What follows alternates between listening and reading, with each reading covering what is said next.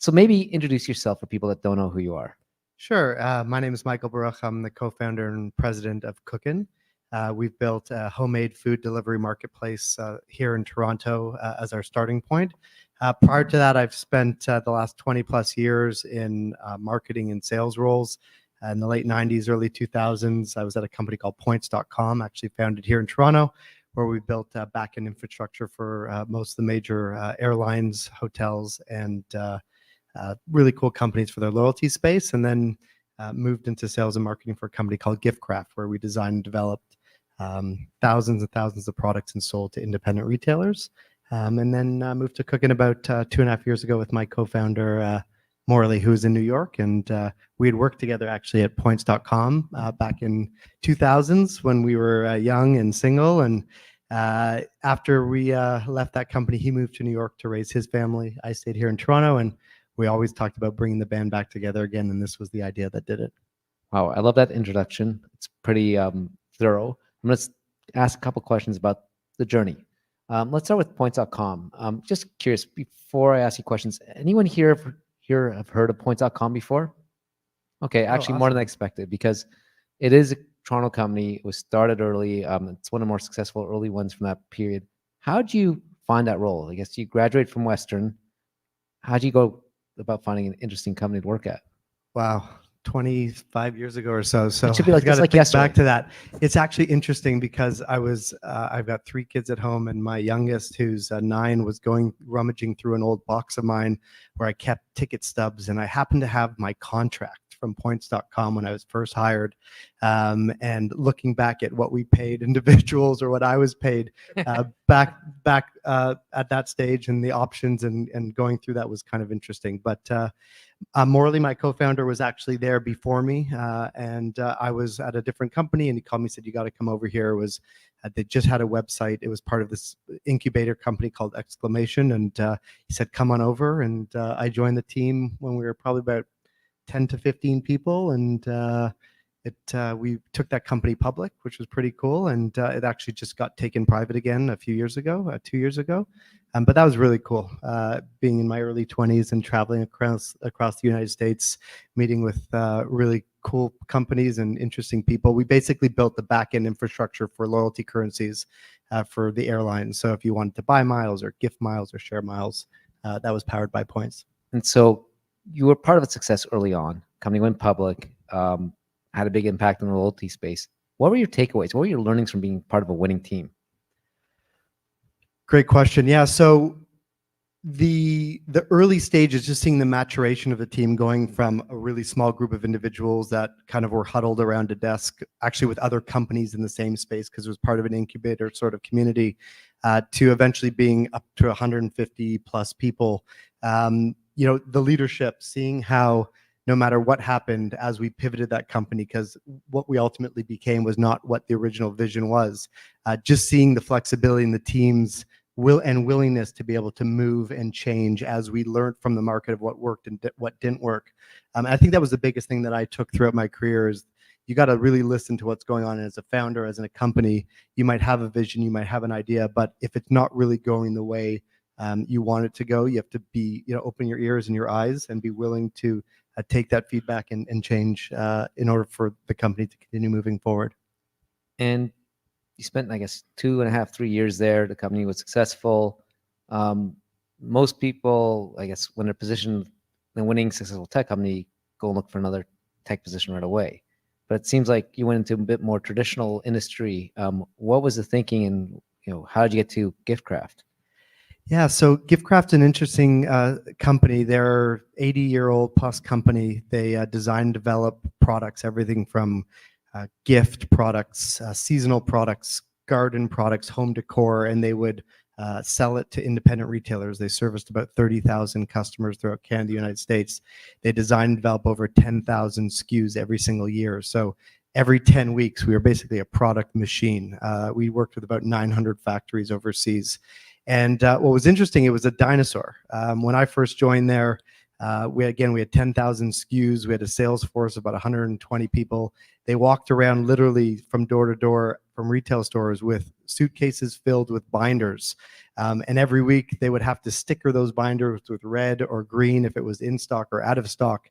And I actually went in there to help try to transition them into this new world of digitizing their business, coming up with a website, going direct to consumers, building brands, and really just trying to evolve what this 75-year-old company was into new space. So although not necessarily tech, took a lot of learnings as it relates to what I had at points.com to try to bring it into the ecosystem of Giftcraft.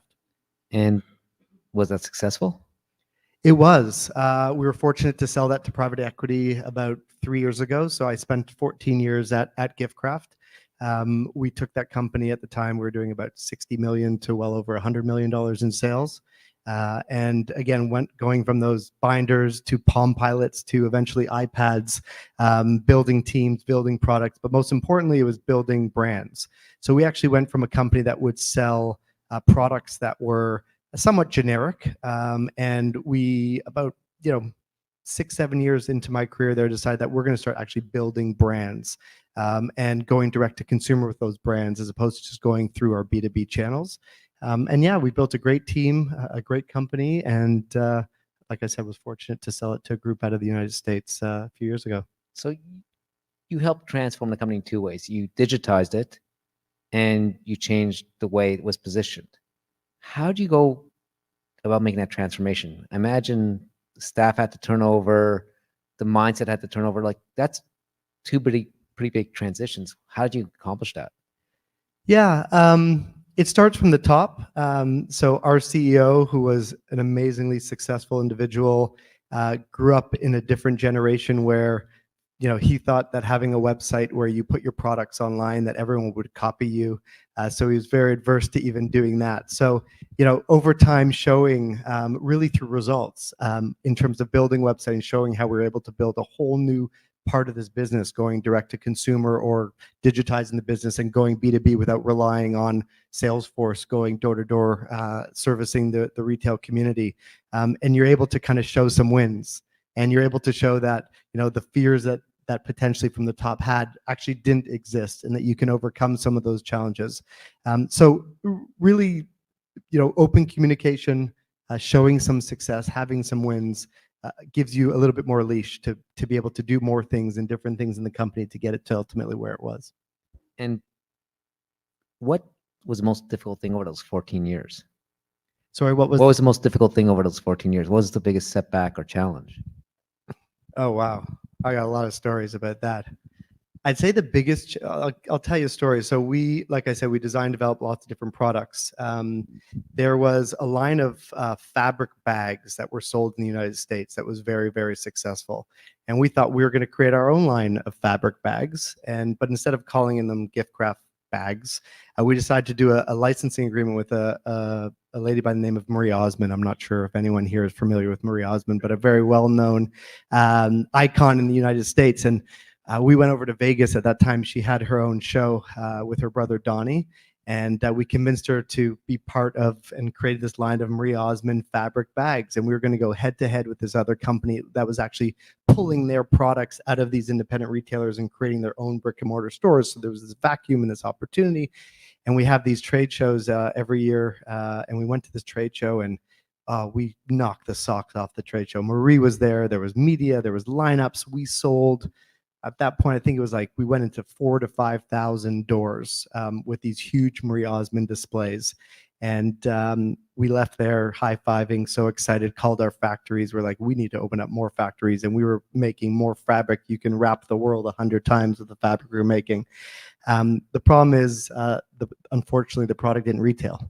And we had, to be prepared for the success that we had for that sell-in, we unfortunately, misinterpreted what the potential sell-through would be. And that was a really big challenge for us, but a really good learning experience for us as well, where we balanced kind of what we thought the demand was, because customers hated when you didn't have what they wanted when they wanted it, with the balance of making sure that you made responsible decisions as well as it relates to your business. So that was a big learning experience, but we did get to go see her show in Vegas, and she took us backstage. But I've got lots of fabric bags still in my garage if anyone's interested. And, Do you get it when you join a Cookin? Do you get a big fabric bag yeah, bonus? yeah, bonus? not the bags, but we also had a sock business called Yo Socks. So everyone gets our Yo Socks when they join Cookin. Well, nice new signing bonuses that didn't exist 20 years ago. Yeah. Let's get to Cookin a bit because I'm sure that's what people want to hear about. So let me understand. Your Points.com, which was basically digitizing a new industry, customer loyalty being there, but not in the way it's been in the last 20 years. You were, a traditional industry with giftcraft, and you helped digitize that. And now you're going after digitizing one of the oldest industries out there. And so, whose idea was Cookin? How did you get back with Morley? Why start something from scratch when you've had success taking other businesses and scaling them up? Yeah, so Morley, like I mentioned, was in New York. We're talking all the time about business ideas, and we always had a ton of ideas. It's just none of them we really felt confident enough to start. One day he sent me an article from the New York Times that was an article about Vladimir Guerrero Jr. He's a phenomenal baseball player for the Toronto Blue Jays, but what was really interesting about this article, it wasn't about him and his baseball. It was about his grandmother and her amazing cooking of Dominican cuisine. And the story was that the Dominican players on the Blue Jays, as well as visiting teams, would come here, and she would prepare these Tupperwares of Dominican cuisine, and they could eat at any restaurant they wanted here in Toronto. They had just tons of income to spend, but they wanted that homemade Dominican cuisine that she would prepare for them. And Morley spent a few years with some food tech companies in New York. Resi is one of them, which is a reservation app similar to like an Open Table. He was also on the board of a company called Olo, which manages the dispatch of about 95,000 restaurants in the United States. And his knowledge about food tech, coupled with this article and some of the ideas that we put together, we thought it would be amazing to create this opportunity, especially coming out of COVID, where, as Johnny mentioned, with your business, you had restaurants that were closing down. You had all these people that were trying to reinvent their lives. They had this amazing God-given gift to create incredible food, but the traditional way of selling that food didn't really exist anymore, given that the restaurants were closed. And people didn't want to work in the back of restaurants anymore, earning minimum wage, in not ideal working conditions, missing family holidays. And we thought if we can empower food creators, give them a space and the technology to sell their food, showcase their creativity, and unite people through food, we thought that would be a worthwhile venture. And it was good enough for him to convince his wife to pack up and move their two kids here back to Toronto. We funded the company and started in January of 2022. So Morley, you had the idea and it was just go. Like, well, did you have any reservations? What was the one thing that convinced you to start it again? Just really the potential scale of a business like this. We often would sit there and we'd look at apartment buildings and houses, and literally anyone that has a microwave, a stove, a fridge can turn their home kitchens into a source of revenue for themselves. And we just thought the power of that and the scalability of that particular idea was very powerful. And we circulated the idea amongst friends and family and business colleagues that we've had across the years, who many of them challenged our ideas. And just over time, we started seeing a lot of positive response. But before we actually moved him to Toronto and actually capitalized the business, we created a fake website called revolutionchef.com. And we took out ads in major cities across Canada and the United States to try to recruit chefs to see if there was a demand on the chef side, but as well consumers. And you go to revchef.com, you'd see one of our Instagram ads, you'd see Nona from Italy that makes this amazing pasta. You'd click on it, you'd order it, you'd want it delivered to your house, and we'd say, I'm sorry, this isn't yet operational, but we'll let you know when it is. Thank you very much for participating in kind of this beta program. And it was through that data that actually allowed us to, in our own minds, justify leaving our current careers, moving our families, and starting this business. So you're now a couple years in. If you can share with us, like what can you tell us about the company? Where's it at now? Yeah, so we started here in Toronto. We launched officially in October of 2022, so we're a little over a year old. We launched the marketplace in Toronto. We've got a little over 100,000 folks that have downloaded and are using the Cookin app. We've onboarded a little over 500 food creators onto the Cookin marketplace.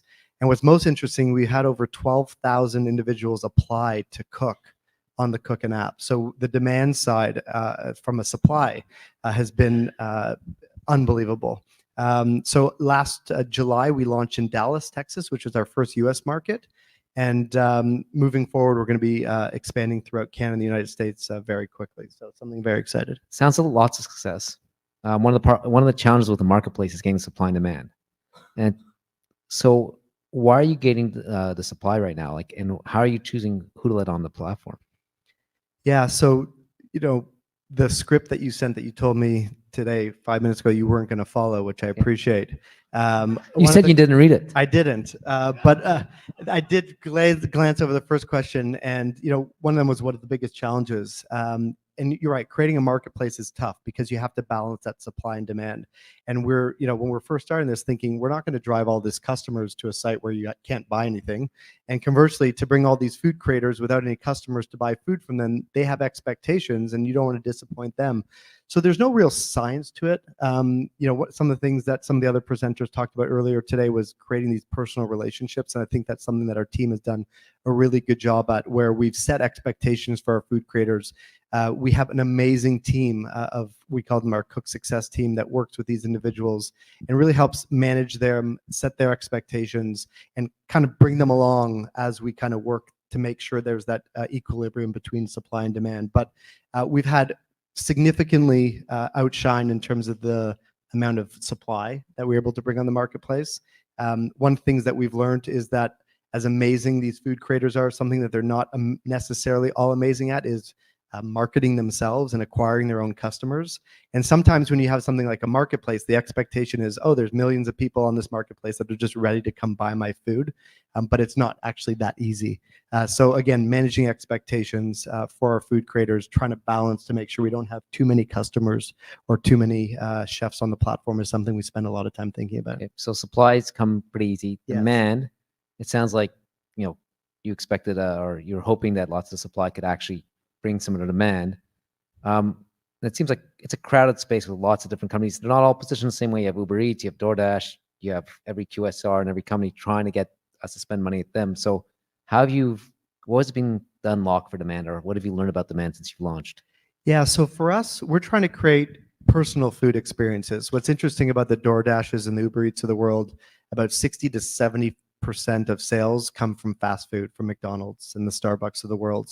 And it's very transactional. If you actually ask people after they order from some of those platforms, they kind of feel guilty. It's the sense of like, I just didn't feel good about that order.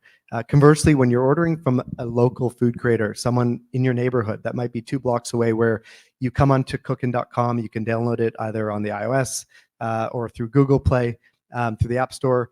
You learn about these food creators, you learn about their backgrounds, you learn about their stories, and we try to create this personal food experience. When you get a meal delivered from Cookin, you get a handwritten note actually from the food creator thanking you for the order. There's a lot of dialogue that goes back and forth between the food creator and the customer through reviews and commentary after that order. So it's a much different sort of experience that we get through ordering than you would get from your typical food delivery apps. I have about 100 more questions, but I see Jason's ready to go to the audience. So Jason, do you want to get some questions from an audience? I do. Are there hands up behind me? Yeah, right there. All right. Hi, Michael. Amazing business. Fantastic. I have 2 questions. First question is, you said that you have 500 cooks and 12,000 applied. So I suppose the certification was the issue. So in Canada, you cannot cook from home and sell. I mean, there's so many certification issues. So I want to understand, how did you solve those issues? And the second, then, how do you deal with food poisoning? Okay, great questions. Cutting Thank right you. to the chase. Yeah. Okay, so on the first question, so we try to curate the food options that are on the platform. So we go through a fairly extensive process for anyone that joins our platform. 2 things: if they're cooking out of their own facility, their own home kitchens, we actually do full kitchen inspections of that space. They're also required to have their food handler certificates, and we do those kitchen inspections every 3 months. We're actually working currently in Ontario with the local government to try to update the current regulations that are in place as it relates to the Premises Acts in terms of being able to cook from home. I've been in back of a lot of restaurants, as I'm sure you have, Johnny, as well. I've been also in a lot of our home chefs. The kitchens are spotless because it's their homes. They take care of it. It's a sense of pride for them. But there's a very extensive process as far as doing audits, inspections, and making sure that they are best in class as it relates to food safety. So that's the first question. As far as food poisoning, knock on wood, we haven't had to deal with any of those issues yet. Our cooks are making like 5, 10, 15 meals a day. It's not mass-produced products. There's always inherent risk when you're dealing with food that someone can get sick. I've been to restaurants, very good restaurants, and where I've been sick before. But again, we have health attestations that our chefs have to follow every single day when they log into the app to make sure they check all the boxes. And we're constantly ordering the food, tasting the food to make sure that quality is kind of, that standard is upheld. But these are individual entrepreneurs that take so much pride in their own business that they go actually above and beyond as it relates to the food that they prepare and the steps that they take to ensure you get an amazing meal experience. Thanks for the question. Hey, Michael, thank you for sharing your journey with us. It's been very impressive Pleasure. hearing where you started to where you came to now. It sounds like this industry has a lot of competitors. We had When You earlier, we have Cookin. Wanted to know, is there a lot of consolidation and acquisition going on in the industry? Are you going to buy When You? Is When You going to buy you? What's going on over there? It's still really early in our space. So I don't see a lot of consolidation right now. I do think that there is going to be space in the near term where some of the larger players might look for some consolidation. What's really interesting, for us, when we launched our business, and when you can probably attest to this as well, the days of like unlimited cash with these 18-wheelers just pouring into customer acquisition without any sort of mindset in terms of profitability or path towards profitability are no longer in existence. When we raised money, it was in 2022. It was not a frothy environment. It was tough. We were very fortunate to be able to do so. And it's put us in a position where we have to think a little bit differently in terms of customer acquisition. We've really spent a lot of time on partnerships. So we have an amazing partnership with American Express here, and we do a lot of activations and programs whereby they promote on our behalf to their communities to try to get customers. We just announced a partnership with Empire Group, so they own Sobeys, Longo's, Farm Boy. So we're going to be integrated into most of their marketing programs and campaigns as well. So these are kind of creative ways, if I were applying for a job, that we can to try to get visibility amongst our marketplace without spending obscene amounts of money, without any sort of fundamental positive unit economics that our investors are looking for. Thanks for the question. Hi, Mike. Hi, Michael. I was wondering, when I went on to cooking.com, it says enter your address, and then when I entered my address, I get download the app. So I was wondering, why didn't you integrate some sort of web app and also have the phone app as well? Good question. So we are going to be integrating a web experience. We had to kind of pick our points of prioritization when building and starting a company. We decided to start with our app, and now our team is actually hyper-focused on the web. So that is something that is coming, and thank you for visiting the site, and I really appreciate it. Hi, Michael. Hello. Love your business. Love the cooking piece and the eating piece too. What's the model? Like, how do you make money on this? Yeah, great question. So currently, right now, we take a percentage from the food creators. So they retain about 80% of the revenue that they generate from their meals. And then we get a 5% service fee on the customer side.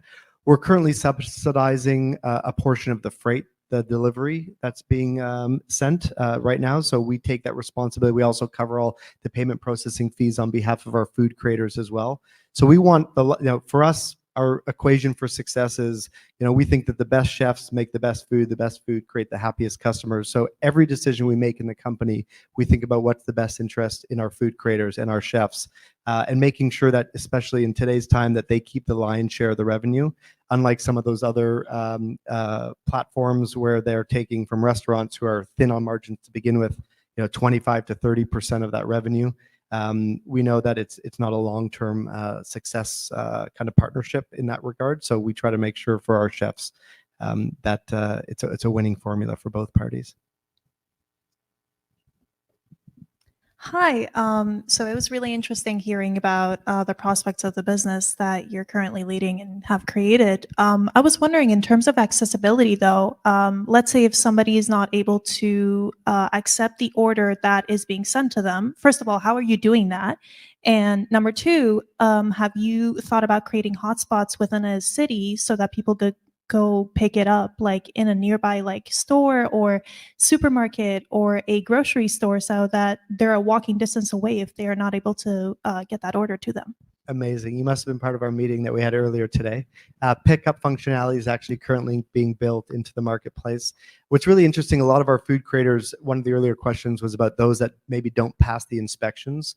We actually create commercial kitchen space for food creators that can't use their own kitchens in terms of preparing their food. And we actually do it in houses of worship. So we partner with churches all throughout the city that have certified kitchen space. They're in the best real estate in the city, and they're looking for typically 5 to 6 days a week. They're vacant. So they love the fact that we're supporting communities getting in there and creating amazing food. And there'll be opportunities with some of those commercial kitchen spaces, as well as those that want individuals. We have folks that are in apartment buildings that have people in their building. We don't want to have a delivery driver come to a building, pick something up, go down 3 stores to deliver it. So creating a pickup feature is something that's very much requested from our food creators that we're working on. Hi, my name's Aryan. I was just curious, like, how do you market your company? Because, like, with other companies like Uber and DoorDash, you don't necessarily have to order low quality food. You can get good quality food from good restaurants. So I'm just curious, like, how do you kind of navigate that marketing? Thank you. So I wouldn't say that our food creators are creating low quality food. I think it's some of the best tasting food you'll actually find in the city. These are impassioned, very talented food creators, many of whom actually work in restaurants, where restaurants that used to be open 6-7 days a week aren't. So they're actually taking the extra time that they have to showcase their creativity. We position this as the ability to access food that you really can't get anywhere else. A lot of these food delivery apps, you see the same restaurants, right? It's just a matter of accessibility for those same sort of fast food type of opportunities. For us, it's a chance to discover that authentic Thai cuisine, maybe that you had a trip to Thailand and the Thai food that you're getting at your local restaurant just doesn't taste the same. But it's really about empowering our local food entrepreneurs and supporting those local food entrepreneurs. So the food is amazing. I encourage everyone to just check it out, see who is in your local community and what food might interest you. Is Mrs. Guerrero on the app? It's interesting. We tried. We offered quite a bit of money to the charity of their choice. Apparently, she much prefers to be behind the camera, the front of the camera. And the other issue is Vladimir Guerrero Jr. just launched a deal with A&W, which is a food business. And he felt, although we were just going for his grandmother, by virtue of working with his grandmother, it's like working with him. And unfortunately, they wished us the best, but they weren't willing to let her do a drop on our platform. We'll do one last one. Sure, I'll stick around as well if anyone has any There's questions. more questions. And in fact, you'll stick around and everyone's going to be heading to the secret after party after this, where the conversations can continue. And if you still don't get your question answered, you send it to me directly. Can we follow up with you? Absolutely. Get your questions answered, and we'll put it in an upcoming newsletter. Fantastic. How's that sound? Okay, a last question. She's assured me she's going to bring down the house with this last question. Next time I got to bring a team too with me of 15 This is people it. in our Here we team. go. The last question of the night. A lot of pressure. Okay. Dallas, Texas. How did you decide that was your next city outside of Toronto? And how did you go about starting to acquire in Dallas? And then when do you determine, okay, we're done with Dallas or not done, but we move to a third city? Okay, so we went through an entire exercise where we basically mapped out the next 20 cities that we wanted to launch in. Dallas for a few reasons. Number one is somewhat of a food desert. Unless you're getting Tex-Mex or barbecue, it's very difficult to get different types of cuisines. Number two, it is they have a built-in infrastructure in terms of delivery network. So we actually are powered by, we use Uber and DoorDash drivers to manage our delivery, and they have a very well-established driver network there. Number three, it's a direct flight from Toronto. It's easy for us to manage. Number four, they don't get any snow in the wintertime. They also have, it's really interesting in terms of just the way the city's created with their freeways, where it's very easy to get through the city in minutes. So there's not a lot of gridlock, and you can get from, different pockets whereby our chefs would be servicing their communities in a very quick amount of time, which is really good for our operational kind of SLAs that we look to manage. Thank you. Can I get a round of applause? Thanks, everyone.